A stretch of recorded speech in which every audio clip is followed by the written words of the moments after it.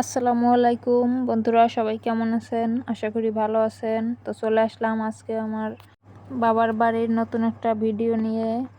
তো সকাল সকাল উঠেই নুডলস রান্না করে নিচ্ছি আমার হাজব্যান্ডের জন্য। সকালবেলা সে ভাত খায় না, নুডলসই খায়। তো নুডলসটা আমি প্রথমে সিদ্ধ করে নিব, তারপরে রান্না করব। তো নুডলস সেদ্ধ করা শেষ। এরপরে দেখেন পেঁয়াজ ভেজে নিচ্ছি।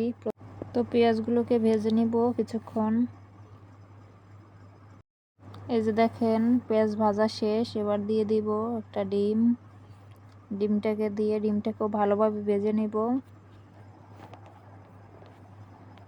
তো বন্ধুরা সাথেই থাকুন, দেখতে থাকুন পুরো ভিডিওটি। তো আমার ডিম আর পেঁয়াজ ভাজা শেষ। এখন দিয়ে দিলাম নুডলসের ভিতরে থাকা মশলা।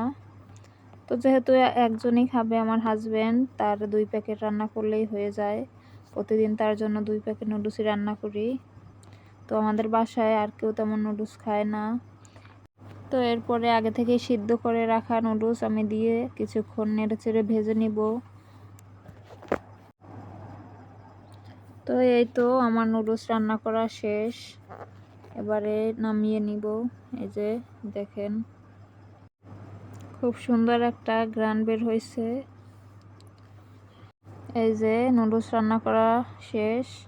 সকাল সকাল দেখেন কি সুন্দর লাগছে দেখতে। তো নুডলস রান্না করার পরে আমি ডিম রান্না করব। ডিম আর আলু সকালে খাওয়ার জন্য আমরা যারা আছি। তো ডিমটাকে আমি ভেজে নিয়েছি, হালকা ভেজে নিয়েছি। তো এরপরে দেখেন ডিম রান্না করা শেষ। এখানে পেঁয়াজ ভেজে নিচ্ছি। এটা হচ্ছে ছোট চিংড়ি মাছ ভর্তা বানাবো, তার জন্য পেঁয়াজ আর রসুন ভেজে নিচ্ছি। পেঁয়াজটা ভেজে নরম করে নিয়েছি। তো এরপরে দিয়ে দিলাম খানিকটা বোম্বাই মরিচ। এখানে বাসালা বোম্বাই মরিচ দিয়ে দিয়েছি। তো এরপরে কিছুক্ষণ এটাকে ভেজে নিব। তারপরে সাইড করে নিয়ে তারপরে এখানে দিয়ে দিব চিংড়ি মাছ, ছোট চিংড়ি মাছগুলো আমি ভেজে নিব।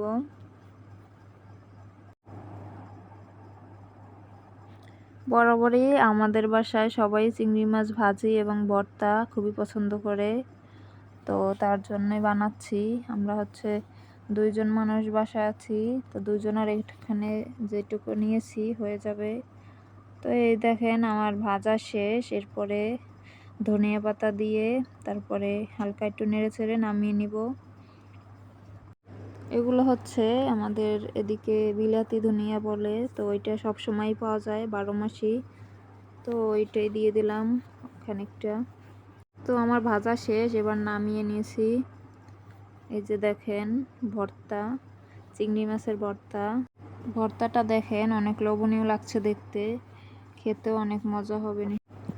তো এরপরে খাওয়া দাওয়া শেষ করে আমি গেলাম নারিকেল ব্লেন্ডার করতে। নারিকেল দিয়ে আজকে নারিকেলের ঝোল রান্না করব, আর সাথে রুটি পিঠা। তো চালের রুটি আর হচ্ছে নারিকেলের ঝোল, এই 2টা খাবার আমার হাজব্যান্ডের খুবই প্রিয় খাবার, সে অনেক পছন্দ করে।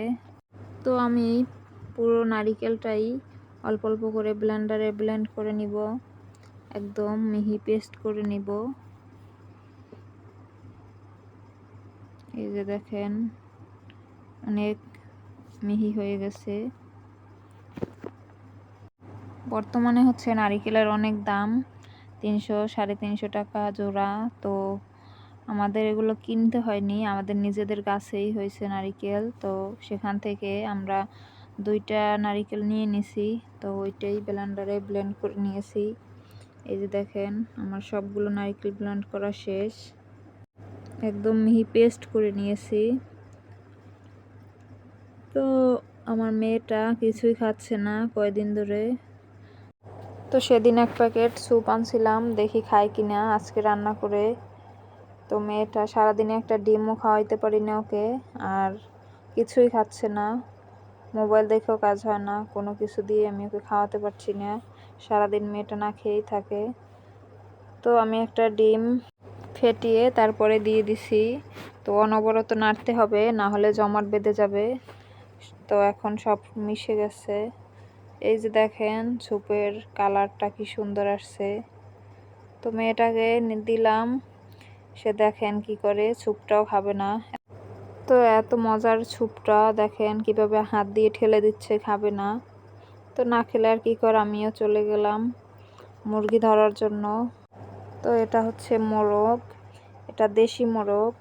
তো এটা আমার মা তার জামাইকে খাওয়াবে, এই জন্যই রেখে দিয়েছিল। তো আজকে সেটা রান্না করা হবে। তো যার জন্য আমি ধরে নিচ্ছি। দেখেন কাছেই আসতেছে না, ভয়তে দূরে দূরে থাকছে। তো শেষ পর্যন্ত ধরেই আনলাম। তো মুরগিটায় আমি দেখতেছিলাম কতখানি ওয়েট হবে। আমার মনে হয় 2 কেজির মতো হবে ওয়েট।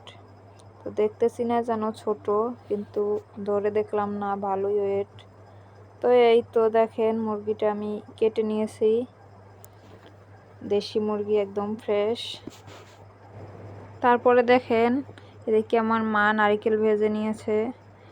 এখানে এত সুন্দর একটা সুঘ্রাণ ছড়াইছে চারদিকে নারকেল ভাজার।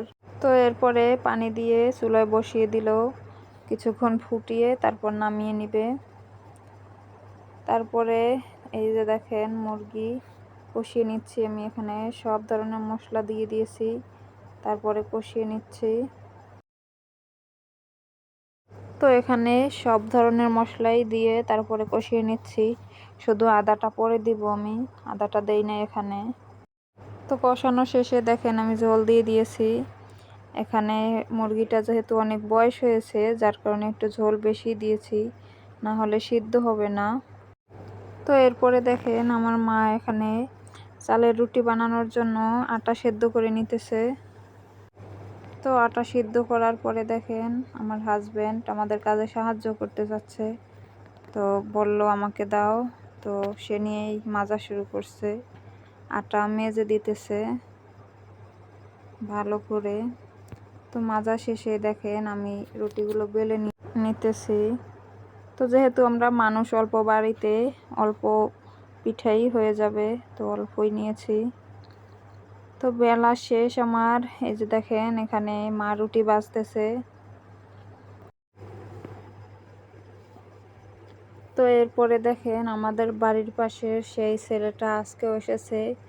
তো বললাম ওকে নারকেল পাড়ার জন্য, তো নারকেল পাড়তে গাছে উঠে পড়েছে। দেখেন কত বড় গাছটা, আমারই ভয় লাগছে দেখেই, এত বড় গাছে ওকে উঠিয়ে। তো আজকের গাছে বেশি, এই গাছটায় নারকেল বেশি ছিল না, একটা নারকেল আর 2টা ডাব ছিল। তো এই যে একটা ডাব ফালাইছে আগে, যেহেতু নারকেল গাছের বয়স বেশি হয়ে গেছে, তো যার জন্য লম্বাও বেশি। তো গাছ বাঁচিয়ে দেওয়া লাগে, তো মানুষ পাই না গাছ বাঁচানোর মতো, যার কারণে গাছ বাঁচানো হয় না, তাই ফলও ধরে না, নারকেল অতটা হয় না। তো নারকেল পাড়া শেষ, দেখেন গাছ থেকে নামতেছে। তো আজকেও ওকে একটা ডাব দিয়ে দিলাম, আর একটা নারকেল আর একটা ডাব আমরা আনছি। তারপরে দেখেন রান্না বান্না শেষ। প্রথমেই রয়েছে এখানে ঝোল, নারকেলের ঝোল, আমার হাজবেন্ডের পছন্দের খাবার এটা।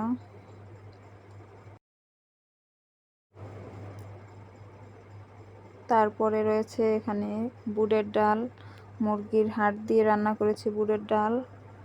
তো বেশি করে রান্না করেছি, আমাদের বাড়িতে সবাই পছন্দ করে এই ডালটা, যার কারণে একটু বেশি রান্না করা হয়েছে। তারপরে দেখেন লাউ তরকারি, লাউ আর চিংড়ি মাছ, ছোট চিংড়ি মাছ দিয়ে লাউ, সেটা রান্না করা হয়েছে। তারপরে এদিকে দেখেন দেশি মোরগের মাংস রান্না করা হয়েছে। তো ওই মোরগের মাংসের ঝোল দিয়েও রুটি খাওয়া যাবে, যার যেটা পছন্দ সে সেটাই খাবে। এই যে দেখেন রুটিগুলো ভাজা শেষ। তো আমার হাজব্যান্ড সকালবেলা খাবে রুটি আর নারকেলের ঝোল, রুটি শক্ত হলে। তো সে এখন রুটি খায় নাই, ভাত খাইতেছে।